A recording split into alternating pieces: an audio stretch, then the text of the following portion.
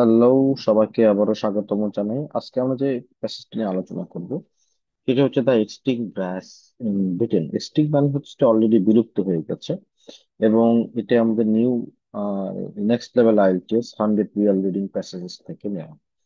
এবং এই বইটা থেকে আপনারা অলরেডি জানেন যে 5টা প্যাসেজ, মানে 6টা প্যাসেজ অ্যাকচুয়ালি কমন পড়ছে। তো অলরেডি যেহেতু কমন পড়ে গেছে 6টা প্যাসেজ, এই সবগুলো প্যাসেজে আসবে, এটা একটা রিয়েল প্যাসেজ। তো আমাদের যে প্যাসেজটা যদি তাকাই, তাহলে এই প্যাসেজটা হচ্ছে একটা ডেসক্রিপটিভ প্যাসেজ। হ্যাঁ, ট্রু ফলস নট গিভেন আছে, আবার নেম ম্যাচিংও আছে, কিন্তু থিওরি গুলো বিভিন্ন জন বিভিন্ন কথা বলছে আর কি। এটা একটা ফ্যাক্ট বেস প্যাসেজ, ঘটনাটা ঘটছে। কারণ এটাতে আমাদের আসলে খুব বেশি ফার্স্ট লাইন গুলো দেখে যেতে হবে। তাহলে আমরা ফার্স্ট লাইন গুলো একবার একটু দেখে যাই, যেখানে ডোডো এবং হচ্ছে grass brome was said to be extinct, এটা নিয়ে আলোচনা হচ্ছে। তারপরে আমরা বললাম report of his decline entirely correct, not entirely correct. এটা হারাই গেছে, এটা সবসময় সত্য না।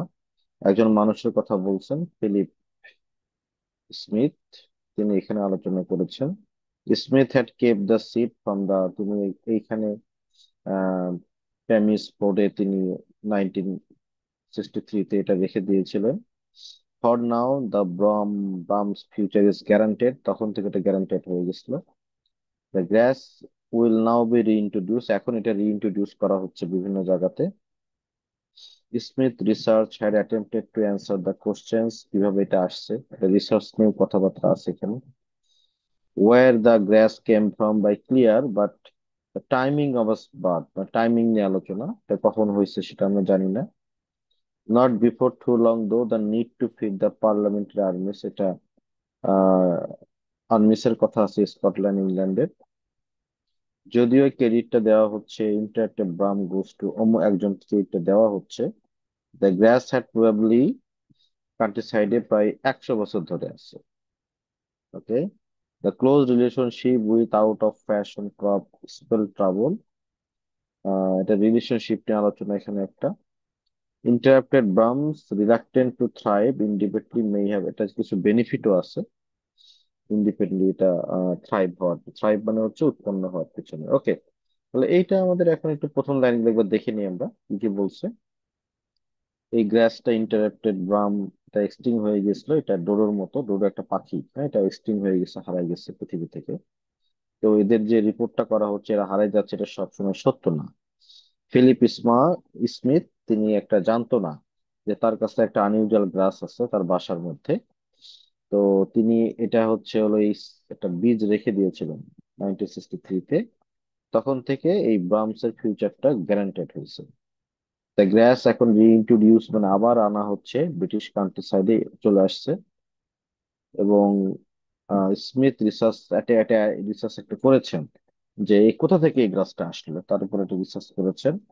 তো কোথা থেকে সেটা আসছে সেটা ক্লিয়ার, কিন্তু টাইমিংটা ক্লিয়ার না। তো not before too long though parliamentary armies in Scotland was more pressing than ever, pressing মানে হচ্ছে প্রবলেমের মধ্যে আছে আর কি। ওকে, তারপরে হচ্ছে এখানে এর ক্রেডিট দেওয়া হচ্ছিল একজনকে, তো সম্ভবত এটা 100 বছর ধরেই আছে আর কি। 100 ইয়ার্স মানে শত শত বছর, অ্যাটলিস্ট 100 বছর। এগুলো নিয়ে মোটামুটি আলোচনা। তাহলে এখানে দেখেন নাম ম্যাচিং আছে এবং হচ্ছে ট্রু ফলস নট গিভেন আছে। ভাই, আমি সহজ কথা বলি, আমাদের কিন্তু 8টা পারতে হবে, 8টা পারলে 6, তারপরে 9টা পারলে 6.5, আর 10টা পারলে হলো 7। এটা হলো হিসাব। তাহলে আমি এখানে 6টা প্রথমে আমি ডিসাইড করে ফেলি। দেখেন, এই যে নেম নেম নিয়ে আলোচনা, তাহলে এইটা আমি প্রথম প্যারাতেই পাবো, এটা আমি সলভ করে ফেলি। লেটস গো, সলভটা আমার এই প্রসেসটা কি বলছে দেখেন। The name of the interrupted brome, ব্রামের যে হচ্ছে নামটা, সেটা এসেছে কোথা থেকে এসেছে? আনপ্রিপোজিং গ্যাস থেকে, যেটা আহ হারাই গেছিল পৃথিবী থেকে। তাহলে নামটা আসছে কোথা থেকে? গ্যাস থেকে। তো নামটা যদি অন্য জায়গা থেকে আসে তাহলে কিন্তু অ্যান্সারটা ফলস হবে। তো এটা তো প্রথম প্যারাতে আছে।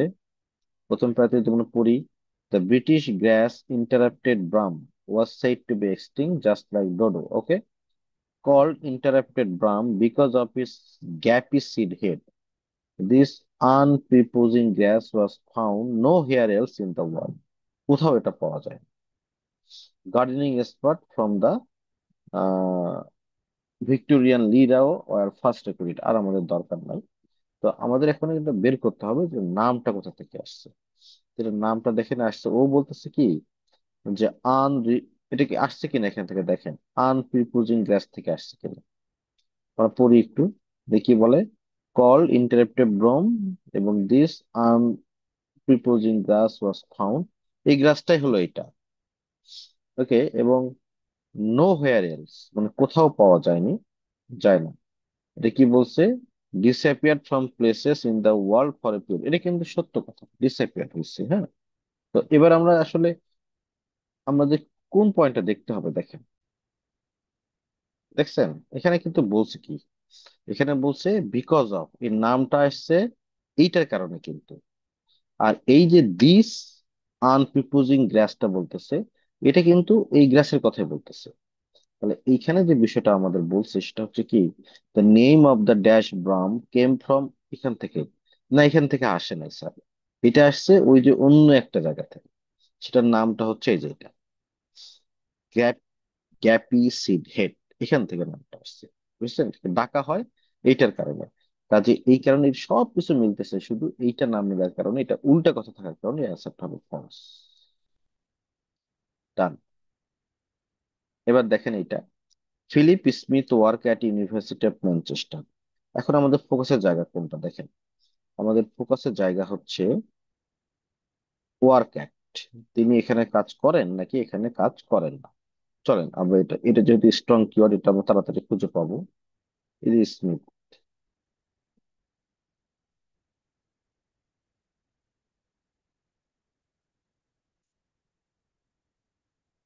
হুম,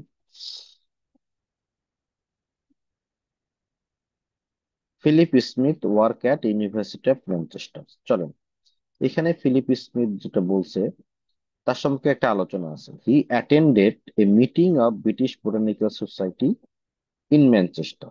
তো ইউনিভার্সিটি ম্যানচেস্টারে সে পড়ে কি পড়ে না সেই বিষয়ে কোনো আলোচনাই নাই, কিন্তু সেটা মিটিং এ অ্যাটেন্ড করছিল, এটাই বলছে আর কি। তাহলে এটার অ্যান্সারটা হবে আমাদের নট গিভেন, কারণ সে কোথায় কাজ করতো সেটা নিয়ে তার বলা নেই। তাহলে এবার আমরা মাঝখানে একটা খুঁজি, interrupted brome seed can not sprout, sprout মানে হচ্ছে হলো গজানো। তা সেটা গজাতে পারেনি কারণ সেটা অ্যাক্সিডেন্টালি একটা আনসুইটেবল টেম্পারেচারে ছিল। তাহলে আমাদের বের করতে হবে গজাতে পারেনি কেন, সেটা বিষয় না, কারণটা হচ্ছে কি আনসুইটেবল টেম্পারেচারে রাখা হয়েছিল। কিন্তু নিশ্চিত মাঝখানে থাকবে, নিশ্চিত এটা আমাদের মাঝখানে থাকবে। তাহলে চলেন আমরা 2 নম্বর দেখি।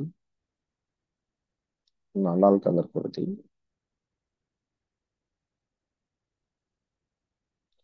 চলেন আমরা এটাকে আমরা কপি করে নিয়ে যে ওইখানে পেস্ট করব, নিশ্চিত ভাবে মাঝখানে থাকবে কোথাও। এখানে তো আমরা আগেরটা পেয়েছিলাম, তাহলে এইখানে কোথাও থাকবে। দেখেন এইখানে যেটা আলোচনা আছে সেটা হচ্ছে কি আনসুইটেবল টেম্পারেচার, টেম্পারেচার নিয়ে আলোচনা, এই যে রুম টেম্পারেচার। তাহলে এইখানে আমাদের উত্তরটা আছে, বুঝছেন। তাহলে এখান থেকে আমরা একটা পড়ি যে ইভেন দ্য সিড স্টোর, সিডটা রাখা হয়েছিল কোথায়, এইখানে। As an insurance policy are date, insurance পলিসিটা নাই হয়ে গেছিল। Having been mistakenly kept at room temperature, তাদেরকে রুম টেম্পারেচার রাখা হয়েছিল। Fans of the grass were devastated, এই যে। তাহলে interrupted brome seed can not sprout, অবশ্যই স্প্রাউট হতে পারেনি।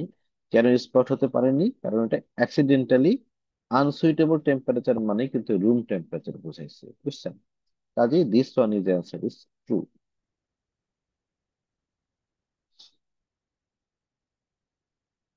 ধরেন এই তিনটার মধ্যে ভাই আপনার অ্যাটলিস্ট দুইটা হওয়া উচিত, হ্যাঁ, অ্যাটলিস্ট দুইটা হওয়া উচিত।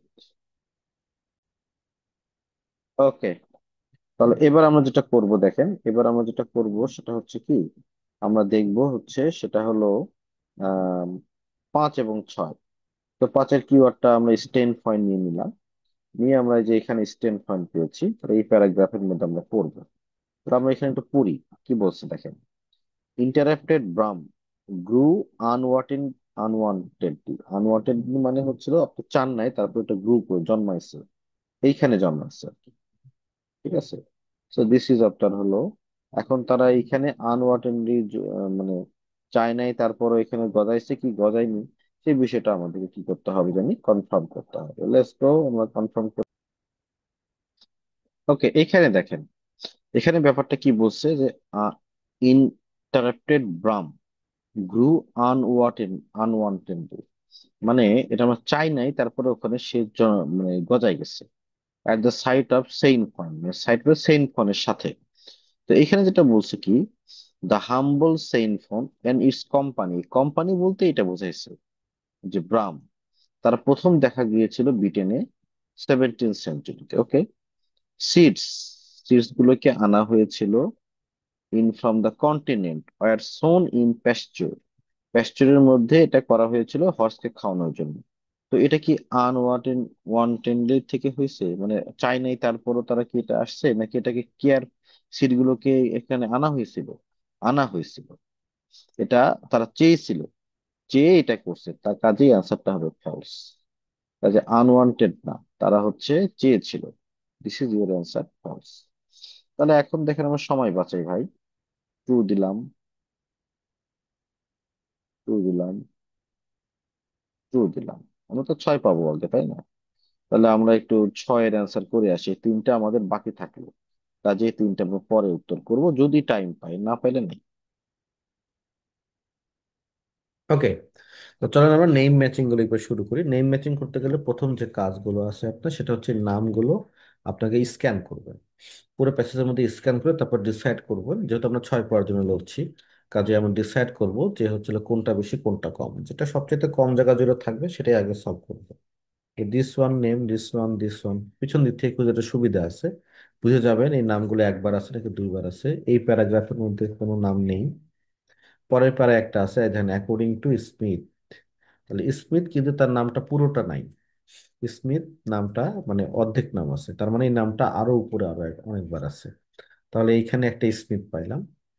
তারপরে আমরা খুঁজতে থাকি, আমরা যদি এই প্যারাগ্রাফের মধ্যে যে এই যে আরেকটা নাম পেয়েছি, দেখেন মিস এম বার্নার্ড, বার্নার্ডের যে বিষয়টা আছে, এম বার্নার্ড, ওনার কথাটা কিন্তু একবার, কারণ এখানে ওনার পরিচয়টা পাওয়া যাচ্ছে। হ্যাঁ, কাজে এই নামটা কিন্তু একটা সুইটেবল নাম হবে পড়ার জন্য। তারপর এই যে নেথিন সেইনফো, এই যে আরেকটা নাম পেয়েছি আমরা। নাম্বার 3, এখানে উনিও অনেক খুব বড় জায়গায় নেই, কম জায়গা জুড়ে আছেন। তো এরকম একটা ছোট জায়গায় যিনি আছেন তার নাম আসলে আহ পল্লী হয়ে যায়। ওকে, তাহলে আমরা শুরু করি। ছোট যে নামটা, আমরা কিন্তু স্মিথ থেকে শুরু করবো না, স্মিথ অনেক জায়গায় আছে, এটা পরে। তাহলে মিস এম বার্নার্ড, এটা আমরা পড়ি। হ্যাঁ, লেটস গো।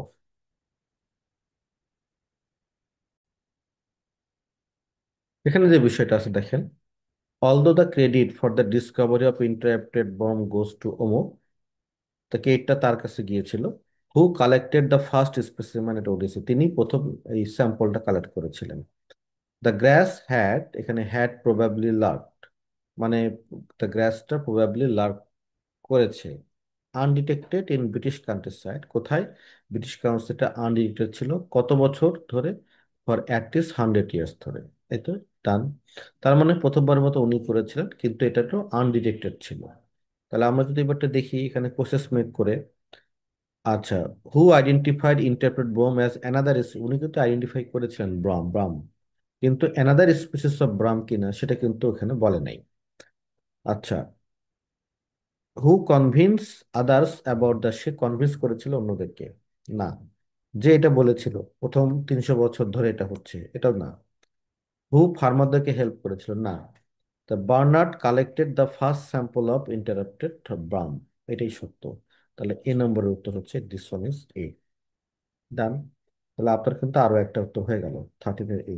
এখন সময় না থাকলেই কিন্তু সবগুলো বি দিয়ে চলে আসবেন, তারপর দেখবো যে কটা রাইট হয়েছে। দেখি নেক্সট ওয়ান। নেক্সট আরেকটা নাম আমরা পেয়েছিলাম যেটা একবার আছে, এটা হচ্ছে দিস ওয়ান। তাহলে আমরা ওনার নামটাকে একটু চেক করব যে উনি আসলে এখানে কি বলেছেন। হ্যাঁ, লেটস গো।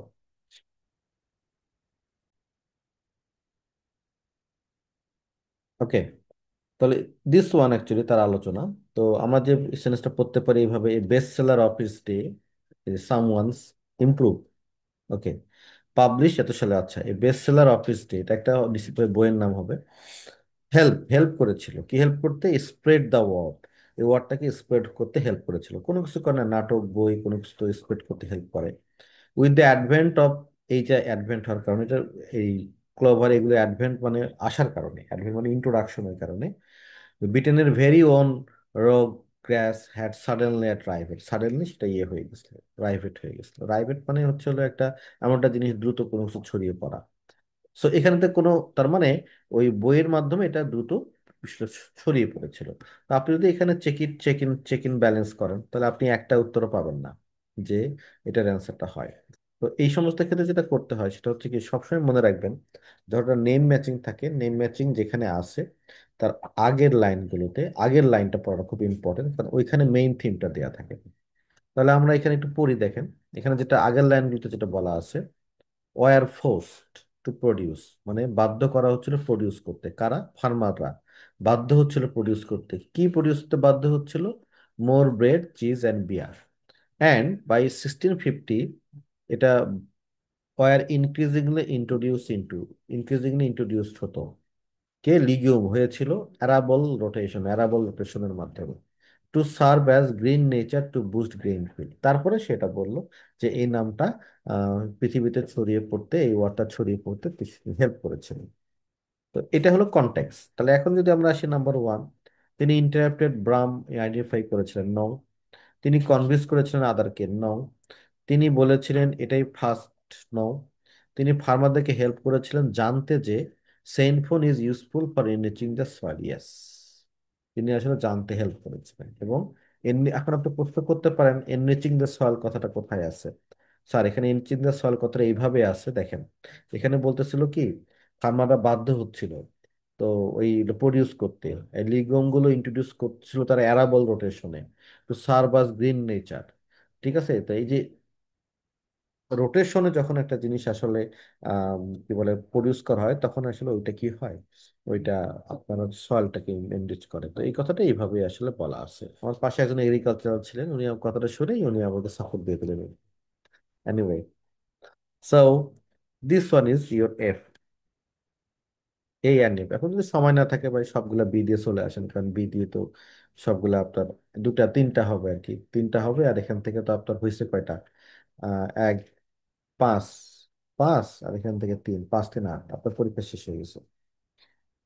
এখানে পাঁচ বা ছয়টা, আর এখানে হয়তো দুটাও যদি হয়, তাও তিনটাও যদি হয়, তাহলে তো পরীক্ষা শেষ হয়ে গেছে, আপনার আটটা রাইট হয়ে গেছে। তার মানে আপনার এখন নতুন প্যাসেজে মুভ করা জরুরি।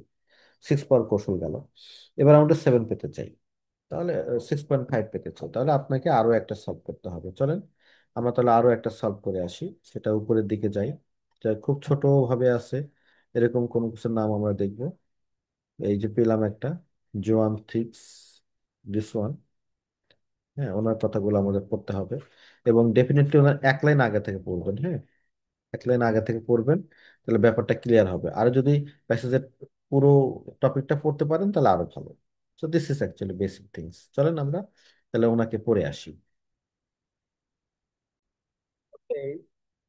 তাহলে এই সেন্টেন্সটা যদি আমরা আম, একটু ভেঙতে চাই, এটা হলো ভার্ব লাইসিন। লাইসিন মানে কোনো জায়গায় থাকে আর কি, প্লেস করে। এ ক্লুস লাইসিন, একটা ক্লু রয়েছে।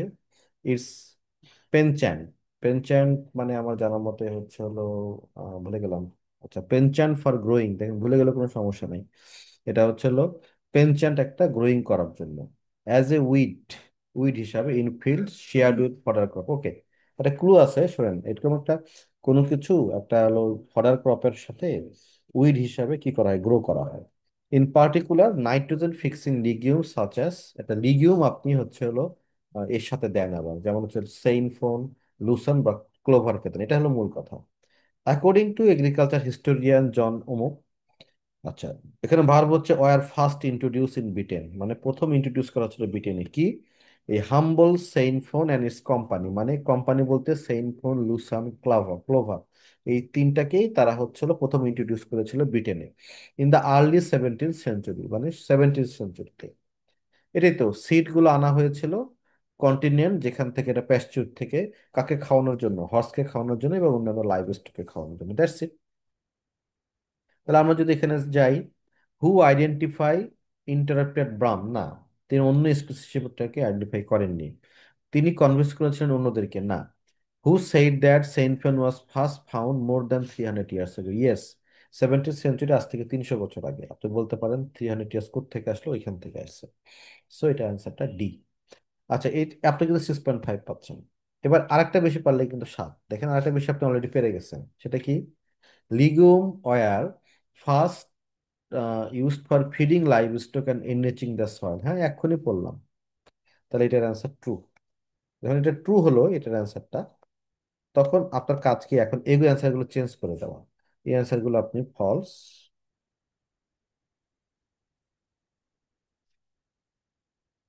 ফলস দিয়ে দিল, বাস। আর এই অ্যান্সার গুলো যেহেতু ফিলিপ স্মিথ অনেকবার আছে, তাহলে এটা বি, এটাও বি। আপনার সময় শেষ, 20 মিনিট হয়ে গেল। আপনার ব্যান্ড 7 হয়ে গেছে। 30টা, মানে 10টা পেরে যাচ্ছেন এখান থেকে। এবার চলেন একটু আরেকটু সামনের দিকে যাই। আমরা 11টা রাইট করার ট্রাই করি। 11টা পরে অলরেডি রাইট হয়ে গেছে। ঠিক আছে, এনিওয়ে, তাহলে আমরা এবার একটু অ্যান্সারিং গুলোর দিকে যাই, যে আমাদের 9-10-এর অ্যান্সার কি হবে, আর আমাদের হচ্ছে 7 এবং 8-এর অ্যান্সার কি হবে। Let's go. 7 নম্বরের answer,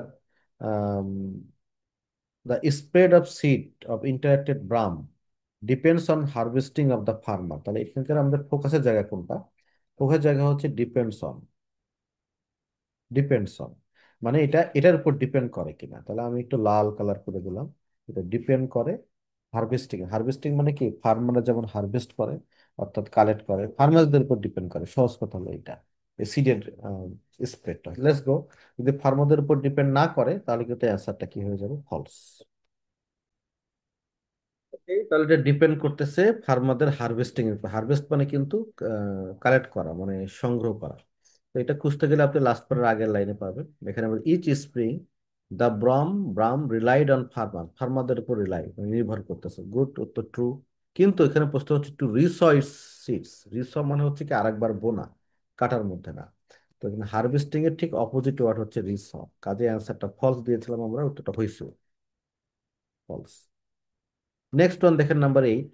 only the weed killer can stop interrupted brome from becoming an invasive pest. শুধুমাত্র একটা উইড কিলারই স্টপ করতে পারে ইন্টারেক্টেড ব্রামকে কি হইতে? ইনভেসিভ পেস্ট হইতে। চলেন, এখন ইনভেসিভ পেস্ট বলতে আমরা কি বুঝি, let's learn. Invasive pest, invasive মানে হচ্ছে, ধরেন হচ্ছে যেটা হচ্ছে হলো বাহির থেকে এসে দখল করে ফেললো, এটাকে বলে ইনভেসিভ কোনো কিছু। পেস্ট মানে হচ্ছে তো পোকা, আপনারা জানেন। তো যদি শুধুমাত্র উইড কিলারই ইন্টারপ্রেট ব্রোমকে ইনভেসিভ পেস্ট হতে বাধা দিতে পারে, শুধুমাত্র উইড কিলার কিনা। ওকে, তাহলে আমরা একটু দেখি শুধুমাত্র উইড কিলার কিনা। তাহলে এখানে আমাদের লাস্ট লাইনে এটার উত্তর হয়েছে, দেখেন। যেন যে কোনো ফার্মার যারা আসলে ফস্টার মানে এই ইউনিক কম্বিনেশনটা করতে চায়, ক্যান রেস্ট অ্যাসিওর, তাদের নিশ্চিত করতে হবে, the grass will never become an invasive pest. এটা যেন কোনোদিন ইনভেসিভ পেস্ট হবে না। Restoring interrupted brome to it's.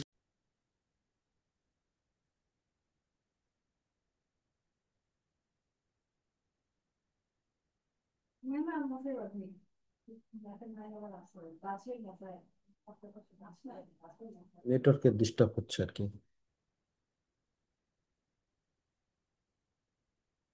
Okay, C,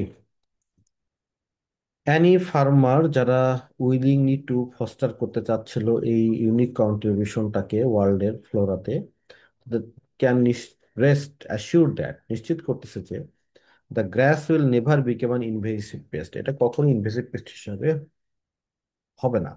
restoring interpret brome to it's Writefull home could bring other benefits to. যদি এই স্ট্রেসটাকে আমরা ন্যাশনাল একটা সম্পদ হিসেবে ঘোষণা করি, তাহলে আসলে এটা কোনো আরো অনেক বেনিফিট আমাদেরকে আনবে। তাহলে এখানে যে কথাটা বলছে যে শুধুমাত্র উইড কিলারই ইন্টারপ্রেট ব্রামকে ইনভেসিভ পেস্ট হতে বাধা দিতে পারে না, এটা তো বলে নাই। কারণ এটা কখনোই ইনভেস্টিভ পেস্ট হতে পারে না, নেভার। এটা নিশ্চিত হতে পারে। কাজে এই অ্যান্সারটা হচ্ছে ফলস। আপনার মোটামুটি 8 নিশ্চিত হয়েছে। দেখেন এই প্রশ্নটা কত কঠিন, এটা 8 পেতে গেলে এরকম কঠিন কোশ্চেন সলভ করতে হবে।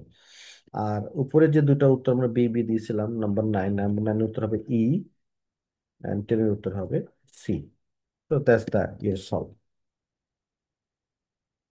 তো থ্যাংক ইউ ভেরি মাচ।